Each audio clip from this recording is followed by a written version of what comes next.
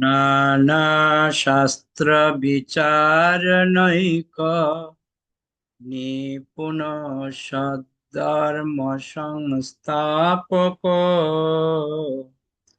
লোকানাং হিতকারিণো ত্রিভুবনে মন্নয় শরণ্যাকর রাধা কৃষ্ণ পদারবিন্দ ভজনানন্দেন মত্তালিক বন্দে রূপ সনাতন রঘুযুগ শ্রীজীব গোপালক বন্দে রূপ সনাতন রঘুযুগ শ্রীজীব গোপালক। হরে কৃষ্ণ।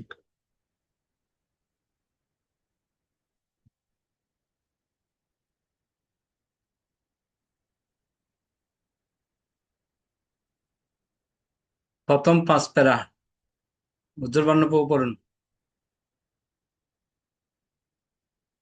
হরে কৃষ্ণ প্রভু প্রণাম।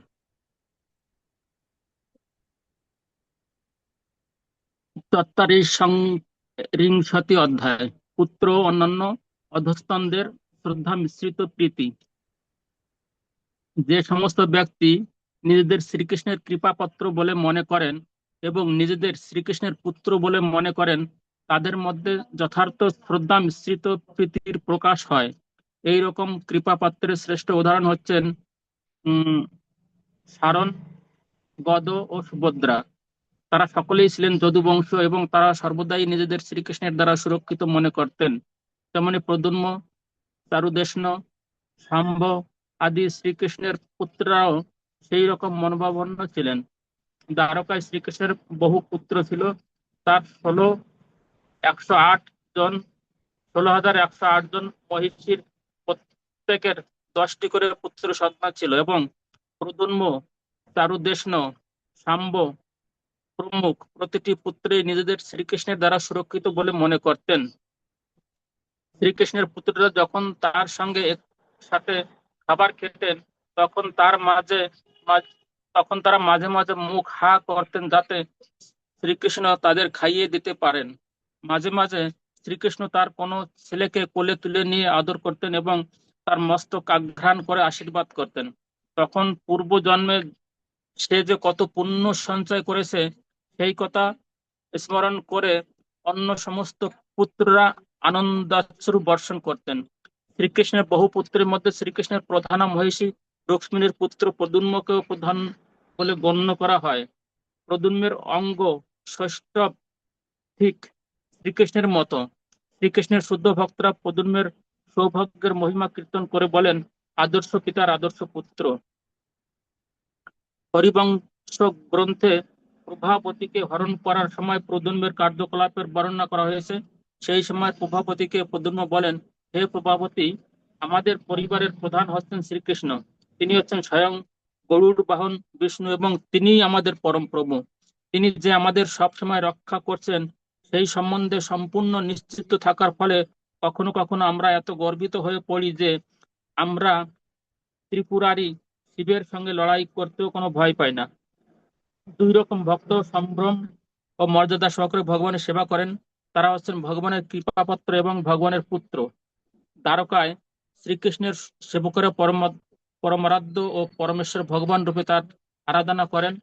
তারা শ্রীকৃষ্ণের অচিন্ত ঐশ্বর্যের দ্বারা মুগ্ধ ছিলেন। যারা সর্বদাই নিজেদের শ্রীকৃষ্ণের কৃপাপাত্র বলে মনে করতেন, তারা শ্রীকৃষ্ণ যে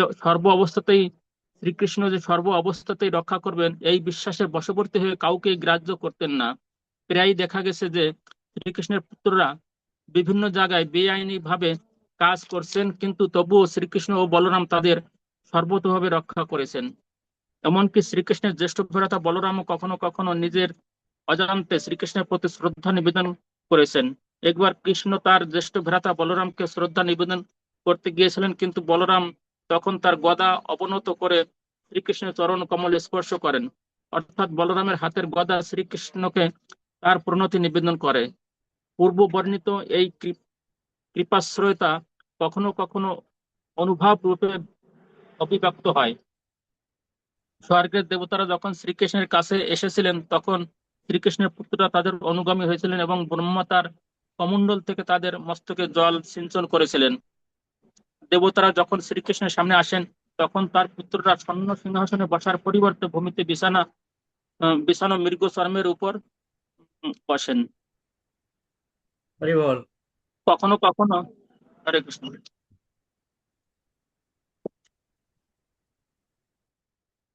ধন্যবাদ।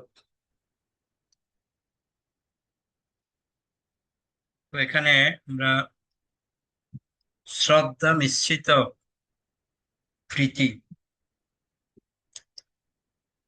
খুব সুন্দর একটা পয়েন্ট বলেছেন এখানে,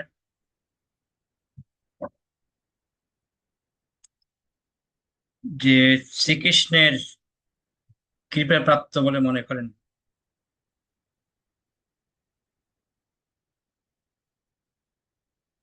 তো এখানে উদাহরণ দিয়েছে, বিশেষ করে প্রদ্যুম্ন কথা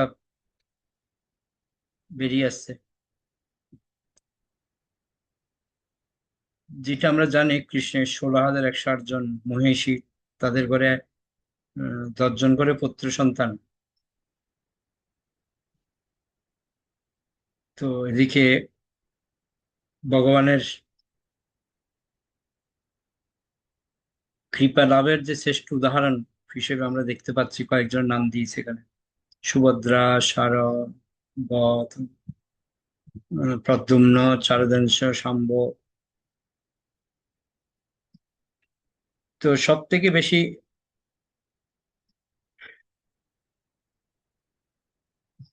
কৃপাপ্রাপ্ত হচ্ছে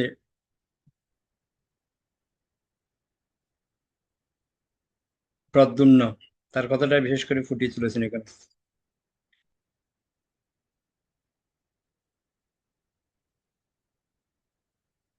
তো এখানে একটা জিনিস খেয়াল করে দেখুন, ভগবান যে সবসময় রক্ষা করছেন, জানতে বা অজান্তে, সেটা আমরা এখানে বুঝতে পারছি।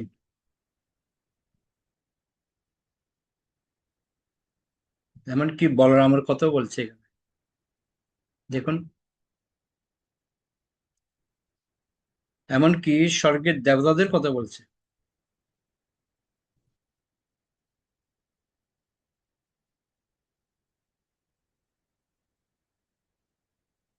আরো খুব সুন্দর ব্যাখ্যা রয়েছে, পরের গুলিতে আমরা পাবো। উম, পরের 5টা প্যারা আরেকজন পড়ুন, কে পড়বে, কে পড়তে চান? 5 প্যারা হরে কৃষ্ণ প্রভু, প্রণাম। করবো প্রভু। করেন।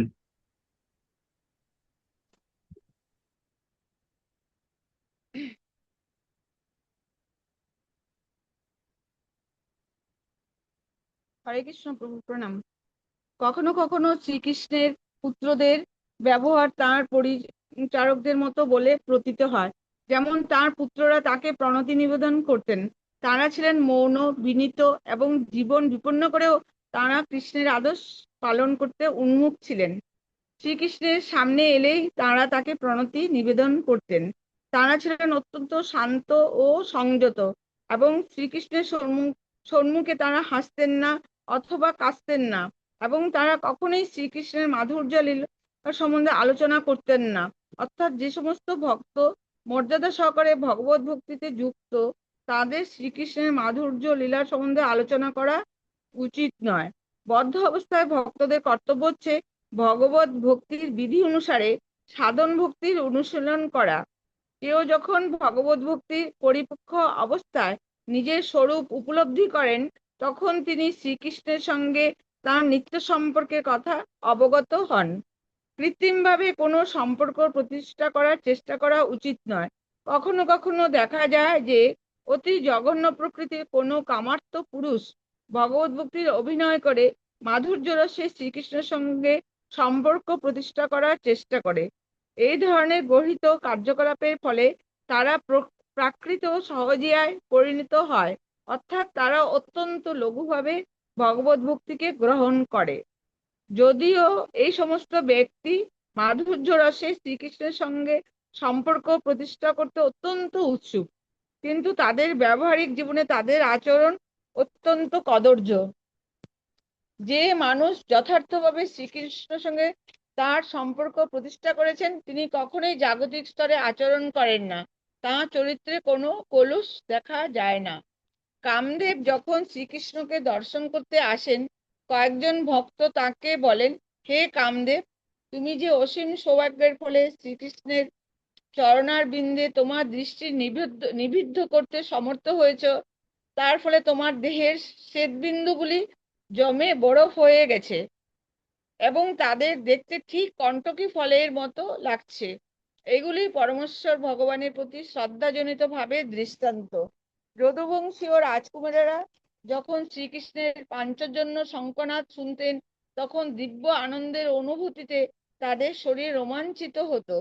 তখন মনে হতো যে রাজকুমারদের দেহের রোমগুলি যেন আনন্দে অধীর হয়ে নৃত্য করছে। হর্ষের সঙ্গে সঙ্গে কখনো কখনো বিষাদও দেখা যেত। একসময় শাম্বকে সম্বোধন করে প্রদ্যুম্ন বললেন, হে শাম্ব, তুমি কত না মহান। একদিন তুমি যখন খেলা করছিলে, তখন তোমার সমস্ত দেহ ধূলাবৃত হয়েছিল, কিন্তু তবুও আমাদের পিতৃদেব শ্রীকৃষ্ণ তোমাকে তাঁর কোলে তুলে নিয়েছিলেন। কিন্তু আমি এতই দুর্ভাগা যে আমাদের পিতার কাছ থেকে এরকম ভালোবাসা আমি কখনো পেলাম না। এই উক্তিটি ভগবত প্রেমে বিষাদের একটি দৃষ্টান্ত। শ্রীকৃষ্ণকে পূজ্য বলে মনে করাকে মর্যাদা ভাব বলা হয়, এবং সেই সঙ্গে ভক্ত যখন শ্রীকৃষ্ণকে তার রক্ষাকর্তা বলে মনে করেন, তখন শ্রীকৃষ্ণের প্রতি তার দিব্য প্রেম বর্ধিত হয় এবং তার সেই মিশ্র ভাবকে বলা হয় শ্রদ্ধা মিশ্রিত ভক্তি। যখন এই শ্রদ্ধা মিশ্রিত ভক্তি বর্ধিত হয়, তখন তাকে বলা হয় শ্রদ্ধা মিশ্রিত ভগবত প্রেম। এই স্তরে আকর্ষণ ও স্নেহ হচ্ছে দুটি প্রধান লক্ষণ। শ্রদ্ধা মিশ্রিত ভক্তিভাবাপন্ন হওয়ার ফলে প্রদ্যুম্ন কখনো তার পিতার সম্মুখে জোরে কথা বলতেন না। প্রকৃতপক্ষে তিনি প্রায় তার মুখই খুলতেন না, এবং তিনি কখনো শ্রীকৃষ্ণের প্রতি তার অশ্রুপূর্ণ নয়ন প্রদর্শন করেননি। তিনি সর্বদাই তার পিতার চরণাবিন্দুর দিকে তাকিয়ে থাকতেন। শ্রীকৃষ্ণের প্রতি অবিচলিত প্রেমের আর একটি অপূর্ব নিদর্শন আমরা দেখতে পাই, যখন অর্জুন তাকে তার পুত্র অভিমন্যুর মৃত্যুর কথা জানান। অভিমন্যু ছিলেন শ্রীকৃষ্ণের ভগ্নী সুভদ্রার পুত্র। কৌরব পক্ষীয় সমস্ত মহারথীরা কর্ণ, অশ্বত্থামা, জয়দ্রথ, ভীষ্ম, কৃপাচার্য ও দ্রোণাচার্য কুরুক্ষেত্রের রণাঙ্গনে সম্মিলিতভাবে অন্যায় রণে অভিমন্যুকে বধ করেন। এইভাবে শ্রীকৃষ্ণের উপস্থিতি সত্ত্বেও অভিমন্যু বধ হওয়ার ফলে শ্রীকৃষ্ণের প্রতি সুভদ্রার ভক্তি বিন্দুমাত্র বিচলিত হয়নি।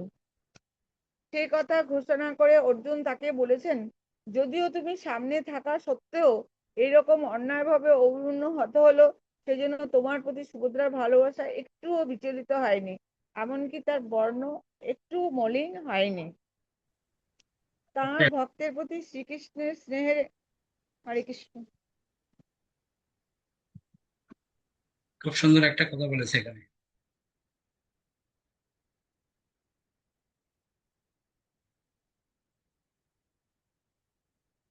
এটা হচ্ছে এই যে প্রদ্যুম্ন আর শম্ভুর মধ্যে যে কথোপকথনটা, আশা করি সবাই শুনেছেন। প্রদ্যুম্ন শম্ভুর কথাটা, এখান থেকে আমাদের জীবনে আমরা কি নিতে পারি, কি শিক্ষা নিতে পারি? হর্ষের সঙ্গে সঙ্গে কখনো বিষাদও দেখা যায়। এই যে প্যারাটা পড়লেন, এখান থেকে কি শিক্ষা নিতে পারি আমরা? দেখি কার কি আইডিয়া আছে।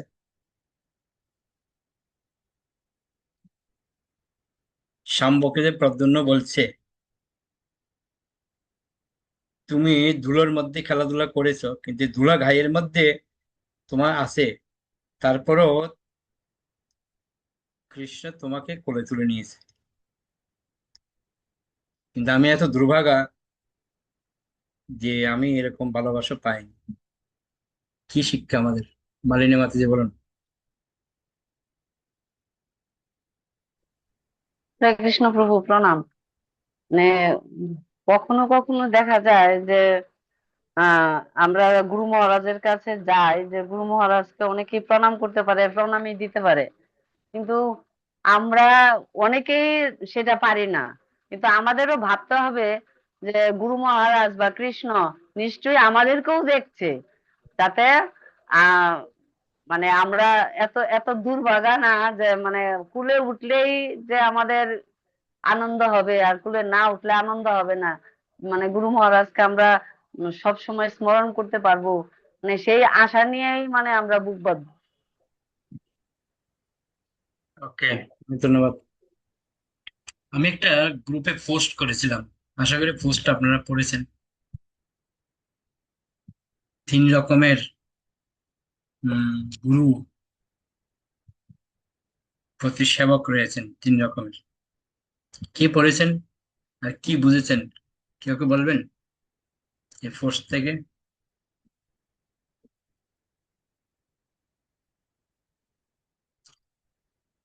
পড়েছেন কেউ? হ্যাঁ প্রভু, পড়েছি কিন্তু ভালোভাবে বুঝিয়ে বলতে পারবো না। পড়েছি, বুঝতেও পেরেছি, কিন্তু বুঝিয়ে বলতে পারবো না, আপনার মতো সুন্দরভাবে বুঝিয়ে বলতে পারবো না। কি বুঝেছেন শুনি একটু। গুরুভোগী, গুরুভোগী, গুরুত্যাগী, আর 3 রকম আছে তো। যারা গুরুভোগী হয় তারা তো গুরুর সবসময় গুরু ভোগ করার চেষ্টা করে। এই সব পড়েছি প্রভু, কিন্তু আমি গুছিয়ে বলতে পারবো না। সাধানন্দিনী মাতাজি। হরে কৃষ্ণ প্রভু প্রণাম। আমি এটুকু বুঝতে পেরেছি যে গুরুর কাছে গেলেই গুরু ভক্তি হয় না। গুরু যে কথাটা আমাদেরকে দেন, সে কথাটা যদি আমি রাখতে পারি তাহলেই গুরু খুশি হন। ওটাই হচ্ছে গুরুর প্রতি সর্বোচ্চ প্রেম বা ভালোবাসা। এটাই আমি বুঝতে পেরেছি। গুরু সেবী, হরে ওটা কৃষ্ণ। হচ্ছে গুরু সেবী। হ্যাঁ। তো এখানে আরেকটা কথা বলেছেন, খুব সুন্দর একটা পয়েন্ট দেখুন। সেটা হচ্ছে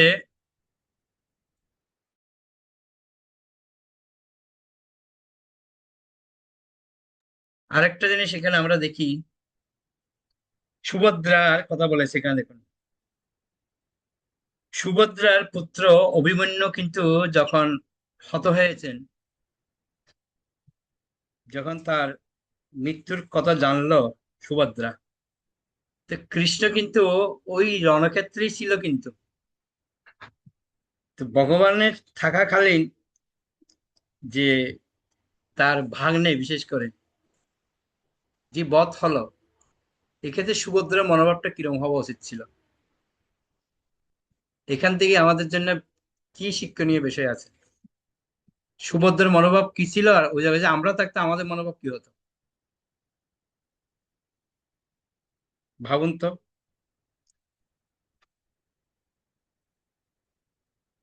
কি বলতে পারবেন?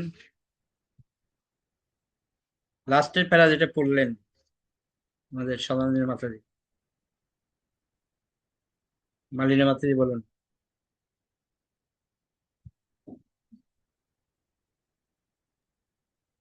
হরে কৃষ্ণ প্রভু প্রণাম।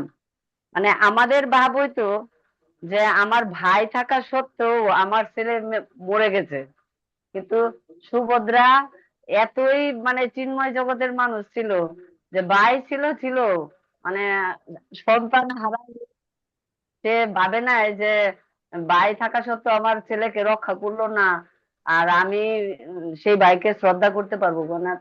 সেখানে তার শ্রদ্ধার কোনো কমতি ই হয় নাই। মানে আমাদের অভিজ্ঞতা হচ্ছে, আমার নিজস্ব অভিজ্ঞতা, যে যার মৃত্যু যখন, জন্ম মৃত্যু সব বিধাতার হাতে। মৃত্যু যখন, তখন সে কেউ আটকাতে পারবে না। মানে রাখে হরি মারে কে, মারে হরি রাখে কে। ওকে, থ্যাংক ইউ হরে কৃষ্ণ সদানন্দ প্রভু মাতাজি। প্রণাম। হরে কৃষ্ণ প্রভু, এটা আমি আমার জীবনে একটা প্রত্যক্ষ দৃষ্টান্ত বলছি। আমার দাদা যখন মারা যায় তখন আমার মা জীবিত ছিলেন। তখন সবাই মাকে বলতো যে তুমি এত কৃষ্ণকে ডাকতো বা এই এরকম বলতো যে এত বৈষ্ণব এত পুজো করতো, তারা তো কৃষ্ণ তোমাকে এত বড় পানিশমেন্ট দিল, তাও তুমি ভগবানকে ডেকে যাচ্ছ। তখন মা বলতো এটা আমার কর্মফল। তখন আমি এতটা বুঝতে পারতাম না। মা তাও দেখতাম ভগবানের কাছে কাঁদতো আর কত কিছু বলতো, কিন্তু মা কখনো কৃষ্ণকে ডাকা ভোলেনি। এটা মানে আমি প্রত্যক্ষ প্রমাণ পেয়েছি, এখন এখানেও পড়লাম, এখন এটা খুব ভালোভাবে অনুভব করতে পারছি যে মা কতটা কৃষ্ণের ভক্ত ছিলেন। এটা মানে আমার ব্যাখ্যা মানে কি একদম চাক্ষুষ প্রমাণ। হরে কৃষ্ণ। মায়ের ছিল, আপনার কি প্র্যাকটিক্যাল অভিজ্ঞতা বলুন, আপনার কিরকম ভাব মনে কিন্তু হচ্ছে আমি তো এরকম প্রভু, যদি? আমি তো মানে একবার ভাবি এটা আমার কর্মফল, আবার পরক্ষণে ভগবানের উপর রাগ হয় না, আমার নিজের উপর রাগ হয়। আমি অতটা এখনো যেতে পারিনি প্রভু। এটা যদি মনে করেন আপনার একজন প্রিয় ভক্ত, হুম। সবাই মন দিয়ে শুনবেন কথাটা, মনে করেন আপনি একজনকে খুব ভালোবাসেন, খুব কাছের লোক আপনার, তা আপনার একটা বড় একটা বিপদ ঘটলো, কিন্তু আপনার কাছের লোকটা কিন্তু ছিল, কিন্তু উনি কোনো আপনাকে কোনো সহায়তা করেন, ওনার প্রতি আপনার মনোভাব কিরকম হবে? যা, আমি ওনাকে এত হরে ভালোবাসি, কৃষ্ণ। এত কিছু করলাম, উনি আমার পক্ষ হয়ে কিছু বললো না। প্রভু এটা এরকম। না আগে হলে ভাবতাম, এখন এইটা পড়ার পরে তখন এক অন্যরকম ভাববো আর কি। তখন এই দৃষ্টান্তটা মনে পড়বে, তখন একটু অন্যরকম ভাববো যে উনি করেননি, নিশ্চয় কোনো কারণ আছে। মানে সেই জন্যই বলেন না প্রভু গ্রন্থ পড়তে। এটা আমার এখান থেকে একটা শিক্ষা পাই আমরা। ওকে। মানে দুবার ভাববো ওনাকে একটু মানে কোনো কিছু বলার সময় কিছু মানে ওনার সম্বন্ধে কোনো কিছু মানে কিছু ভাবার সময় তখন ওই এই কথাগুলো মনে পড়বে। সেই জন্য গ্রন্থ পড়ার যে এটা একটা তো বিশেষ। বলছি, বাস্তবে যদি হয় তখন কি করবো? প্রভু রাখতে হবে প্রভু, আমি আমার কথা বলছি প্রভু, রাখতে হবেই। যে থেকেও আমাকে একটু হেল্প করলো না, মনে তো হবেই। হুম। হরে কৃষ্ণ। ওকে। শ্যাম সাবানি মাতাজি।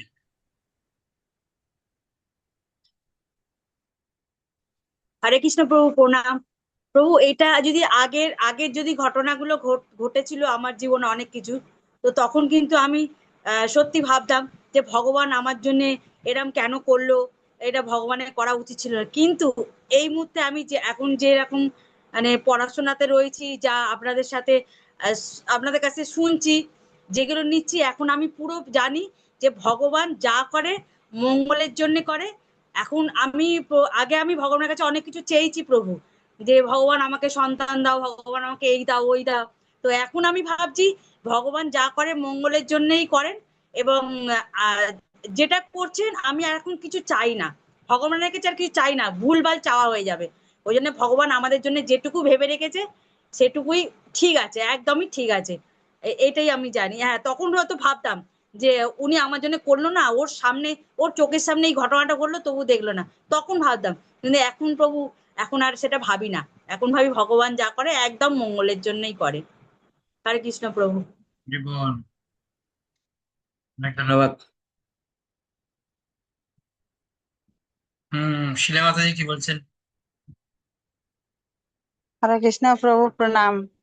আমি একটু পথে আছি, তো এই জন্য সামনে আসতে পারছি না। কিন্তু আমি কালকে গতদিন আর কি মই 4 টাকের উপরতে ভেঙে পড়ে গেছি। তো পড়ে গেলে আমার ছেলে বলছে, বড় ছেলে দৌড়ে এসে ধরেছে, না ধরলে তো আমি আরো অনেক কিছু হয়ে যেত। তো অনেক জায়গায় কেটে কুটে গেছে আমার। তারপরও ছেলে বলছে, হ্যাঁ তুমি এত ঠাকুরকে ডাকো, এত পুজো করো, এত ভগবান, রাত দিন ভগবান ভগবান করছো, অথচ তোমার কেন এত বিপদ হয়, তোমার কেন এত সমস্যা হয়? তা আমি বলছি কি যে তুই একদম এই কথা বলবি না, আমার বিপদ দিয়েছে আরো দেখ, তা তোর কি, তুই এরকম বলবি না আমার ভগবানকে নিয়ে। হুম। তা কালকেরে ছেলেকে বলছিলাম যে এরকম বলতে নেই, এরকম না, আমার কর্মফলে আছে তাই আমি ভোগ করছি, তুই এরকম বলবি না। ওকে। যাক, অভিজ্ঞতা শুনছি, সবার খুব ভালো লাগলো। ওকে। হরে কৃষ্ণ। পরের পরের প্যারাগুলি কমপ্লিট করি তাহলে, আজকে শেষ করি আমরা।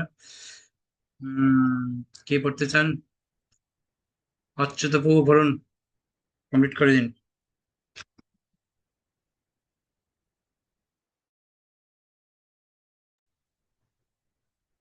হরে কৃষ্ণ প্রণাম।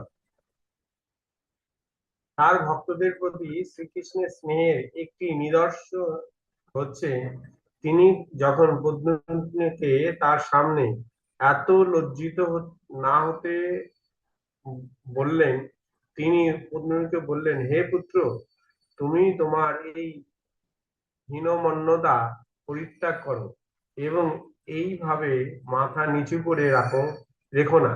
স্পষ্ট স্বরে আমার সঙ্গে কথা বলো এবং অশ্রু বর্ষণ করো না।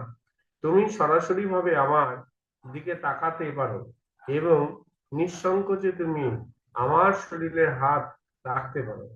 তোমার পিতার সামনে এত সম্মান প্রদর্শন করবার কোনো কারণ নেই। পদ্মে কার্যকলাপের মাধ্যমে শ্রীকৃষ্ণের প্রতি তার আকর্ষণ সব সময় প্রকাশ পেত। তার পিতা যখন তাকে কোনো আদেশ দিতেন, তিনি তৎক্ষণাৎ সেই আদেশ পালন করতেন এবং বিশ্বপথ হলো সেই কার্যভার তিনি অমৃতের মতন গ্রহণ করতেন। তেমনি তার পিতার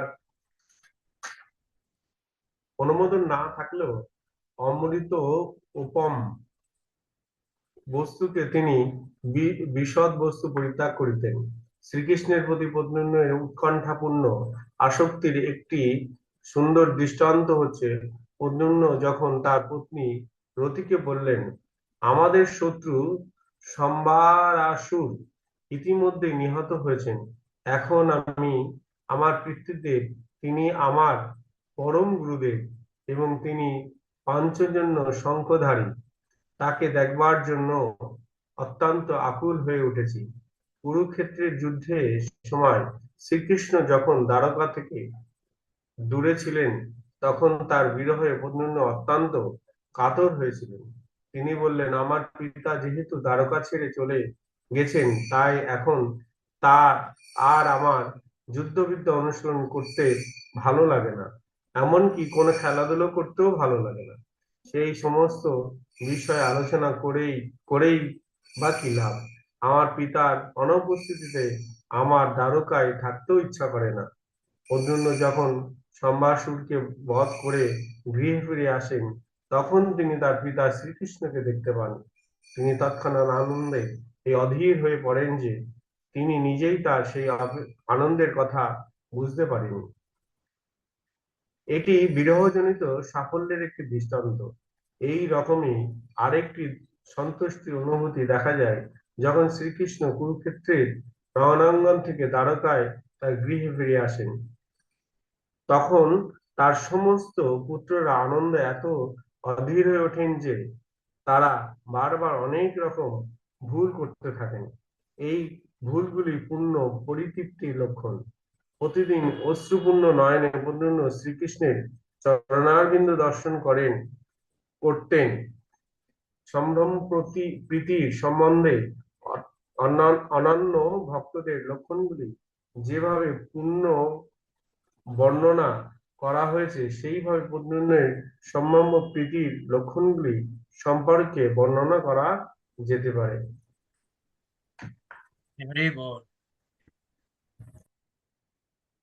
শ্যাম সাবানী মাঝে কিছু বলছেন? হ্যাঁ প্রভু প্রণাম। প্রভু আমার প্রভু হচ্ছে প্যারালাইসিস অনেকদিন ধরেই, 13 বছর হলো প্যারালাইসিস। তো আমার এক ননদ এসে বলছে, বৌদি তুমি এই যে কৃষ্ণ পুজো করো, গোপাল পুজো করো, সবসময় গোপাল গোপাল করো, আমার দাদাটার কি করলো? হ্যাঁ, আমার দাদাটা অসুস্থ হয়ে পড়ে আছে।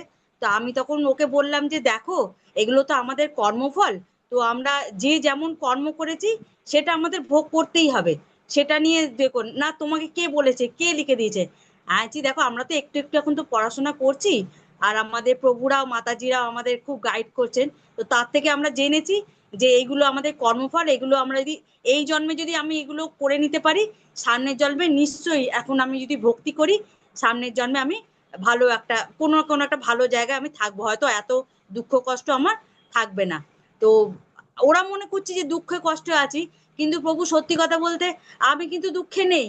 কারণ আমি অনেক কিছু করি, নিজের মতো থাকি, এতে কীর্তনে যাই, প্রবচনে যাই, ক্লাস করি, তারপরে দোকান করি, মায়াপুর যাচ্ছি, বৃন্দাবন ঘোরা হয়ে গেছে।